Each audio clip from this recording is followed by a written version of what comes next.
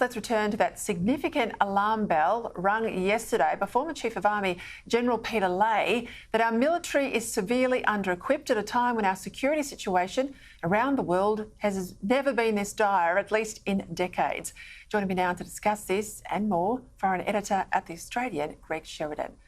Well, drones, Greg, even the Houthi rebels, they've got lethal drone capability. How on earth is our military capability lagging behind these rebel terror groups? Well, Peter, fabulous to be with you for the first time this year. Look, you know, everything Peter Lay said is true, but it's not just for the Army.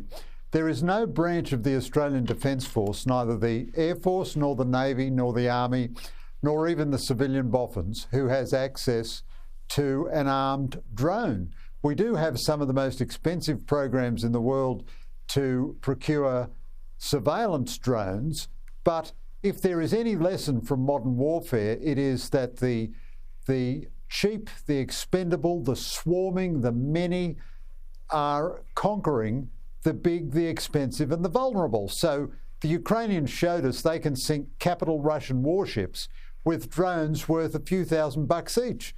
And in the Red Sea, the Houthis are attacking American and Allied warships with drones, and the Americans can shoot the drones down, but they use a missile which costs tens of thousands of dollars to shoot down a drone which costs hundreds of dollars. So every military in the entire world knows this, and everybody is acquiring drones except Fort Fumble in Canberra, where we don't have a single drone.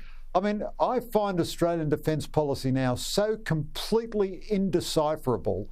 We have the worst, oldest, most decrepit, incompetent, impotent surface fleet we've ever had. We can't even put our 8 aged, decrepit, old-age pension Anzac frigates to sea. We don't have a single drone. Hezbollah has 200,000 missiles. We'd be lucky to have 200. We spend $50 billion a year on defence. I don't think there can be a country on God's green earth that spends its defence dollars more ineffectively than we do. At the same time, of course, we're educating our young to hate our country, hate the uniform, hate the flag. I mean, why on earth would they put it on to fight for us down the track if that's needed? And I read all of these comments, not from fringe actors, but from former generals, current generals around the world that say, look, these threats are real. We know in the UK they're talking about training up civilians. There's discussions here about national service. I mean, it really feels like we've got our head buried in the sand. It sure does, Peter, and we do such stupid things. We can't get recruits. You know, we're bigger than we've ever been, 27 million people, and we can't even get the same number of recruits that we've had historically. Now, one of the things that used most furnish recruits was school cadet corps. So naturally, we abolished school cadet corps. We used to get recruits from rural Australians, but rural Australians are a smaller percentage now than they've ever been before. If you really join the military, what you're saying is you're willing to put your life on the line to go to death if necessary to fight for and save your country. Yet our military recruitment advertisements now are about sort of gender equity and, self-actualisation and so forth. I mean, I do think 100%. We don't have time to canvass this now, but I do think there is a deeper civilisational crisis here. You know, Rome, in the end, without being too historical about it, was not defeated by more sophisticated armies from Persia or Greece or whatever. They were defeated by Vandals and Goths, who were just more vigorous. And I don't know now that our society is displaying the kind of self-belief which even wants to defend itself. I mean, you know, if it was death or surrender, I don't know that we wouldn't choose surrender. I'm very proud to say I have a close friend and her son's just enlisted in the Air Force for all the right reasons. Cares about his country, patriotic, wants to do something with his life. So I hope there are more kids out there like that. Talk to me about this issue in PNG that's exploded in relation to China, this great security risk we have now, that Chinese military police and other things could be deployed at the behest of the PNG people, or certainly the government. But wasn't it only last year that under Albanese we paid $200 million for a security deal with PNG that he said would keep the Chinese out. Yeah, so I'm profoundly critical of the Albanese government in defence. I've got more sympathy for them on the Pacific because the Pacific is just intractable. However, what they told us, what the Albanese government told us is, of course, bananas. The idea that the Morrison government had neglected the South Pacific and then they came in with their pro-climate change kumbaya and stitched up a whole lot of deals and the problem was solved. Every single deal the Albanese government has stitched up has basically unravelled. Even in Papua New Guinea, it was supposed to be a security treaty, and then it looked as though it wouldn't be able to be ratified in the parliament, so it was downgraded to just a security agreement.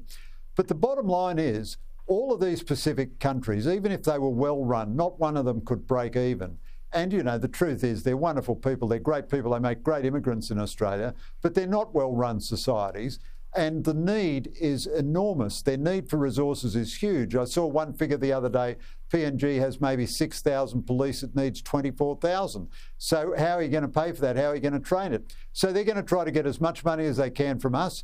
But China is not going to go away. China has deep strategic ambitions in the South Pacific. It wants a military base. It wants to interfere with cyber communications, telcos, all the rest of it. It wants to separate us from the United States strategically by having a presence in the Pacific. And they've got a lot of money. And they're willing to pay it in ways that we're not willing to pay it. And they're going to be always coming back. Now, it's just a sad fact of reality. We're going to be paying a lot of money to the Pacific. We need to do it in a smart way. I mean, Penny Wong has been much more active than Maurice Payne, so she deserves credit for that. On the other hand, the government has an insane ministerial arrangement where their Minister for the Pacific is also their Minister for Defence Industry, a junior minister with two giant portfolios and only a junior minister's staff allocation. So that's really dumb. If you're talking about paying attention, you want a minister there virtually full time. But this, whoever's in office, Labor or Liberal, this is a very big task for Australian security as far ahead as you can see. Just can I get a line from you, Gregor? I'm almost out of time, but I'm keen on your take on this ceasefire push against Israel. Netanyahu's rejecting it because I'm told, is this right, that the part of the deal is that he must withdraw troops? Yeah, so the problem the Israelis have is, this is a terrible problem. It's a problem from hell, really. The vast majority of the Hamas tunnel network underneath Gaza is still intact. That means for all the destruction and all the death that has occurred, if the Israelis withdraw now, Hamas will be able to reconstruct their ability to strike Israel very, very quickly. So Israel has to complete this business of rooting out these tunnels. On the other hand, there's a huge domestic pressure within Israel to get the hostages back and international pressure against Israel to wind back the severity of its operations. Netanyahu keeps saying he's determined to destroy Hamas, and I think, you know, his record tells us that when he says that sort of thing, we should believe him, and I think we should support him.